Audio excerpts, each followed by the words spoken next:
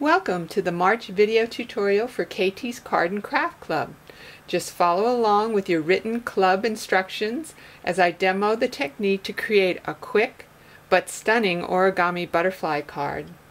And it uses our beautiful new papers that have just arrived from CHA at Memories Live On by Hambly. These specifically are the screen prints papers.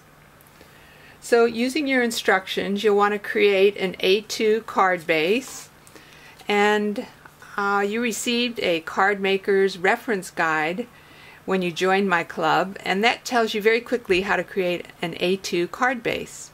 So you'll create that base, and then using the measurements that I've given you, you'll want to start adhering the various layers. First we're going to start out with a metallic layer.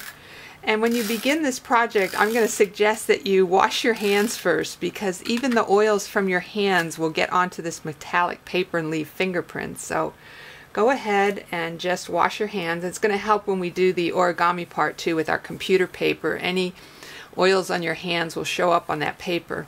So we've got the first layer down, and then the next layer it's called Grandma's Tablecloth is the name of this particular layer. I love that name.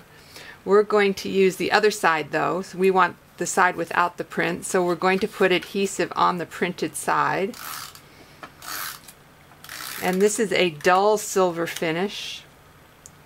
And we're going to lay that and try to get an even border around all the sides there. And then the last layer is going to be this acrylic layer. It comes in a very big sheet. This is called Old Lace. It has a printed side to it.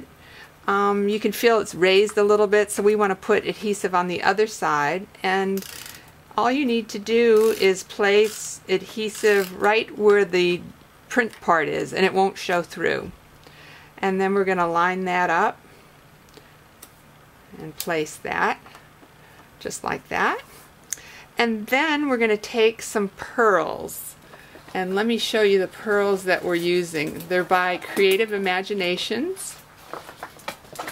I'll show you the different pearls. This is the pearls that we're using, and I like to just cut right into the card. I'm going to use one large and two small, two medium pearls.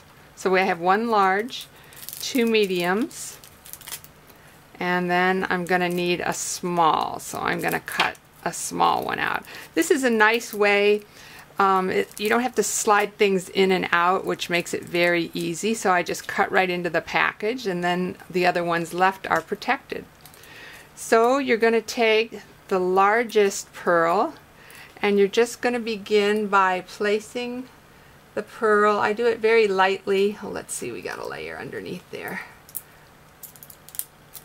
You just want to place it very lightly so you can move it around a little bit till I'm going to try to get it right in between the left and right side, and I'm going to build my butterfly body. So I have the large one for the head, and then I'm going to go ahead and place the smaller, well, this is the medium size. I'm going to do two of those,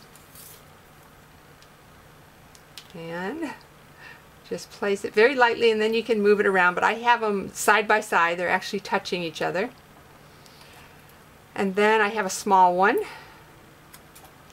and that's going to be the bottom, the butterfly, and we will go back and add a few more dots of paint to add some more body to that butterfly. So that's the first part, is creating the card base.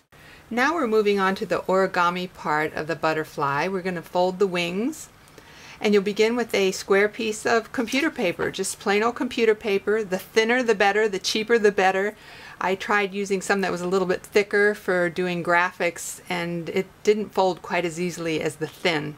So you'll begin in figure 1 as shown in this position, and you're going to fold the bottom up to the top. And it's very important when you do all these folds, two things. One is to make sure your edges line up on all sides evenly so you don't see the layer underneath. and to use your bone folder after each step. So that's figure 1. Figure 2 shows that you take the right side over the left side and try to line that up as carefully as possible. Now I'm going to show you here that I can see a little bit of this layer here underneath, and at this point go ahead and trim it so it all lines up in a straight line. And then open. And then this next part is probably one of the trickier parts. You just want to make sure you fold it down a little bit more than halfway. And here's 2 important things. You want to keep this line parallel to this line coming across. And you want about half of it showing off the paper and about half of it still on the body of the paper there. So you got half of the triangle above and about the same width below the triangle. And then this next part is there's a line created when we fold it in half. Put your fingernail right at the top of that line, and then you're going to fold about a 45-degree angle,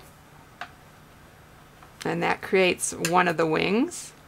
And then you're going to put your finger right at that fold point that's coming off here at like a 90-degree angle, and you're going to fold about 45-degree angle.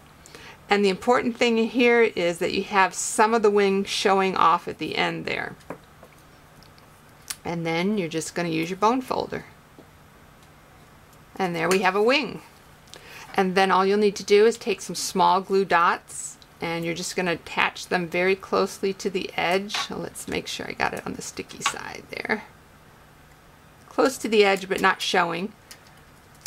So we're going to put them just like that. So then we're going to bring our card back in that has the pearls, and I'm going to place one of the butterfly wings right between the 2 medium-sized pearls,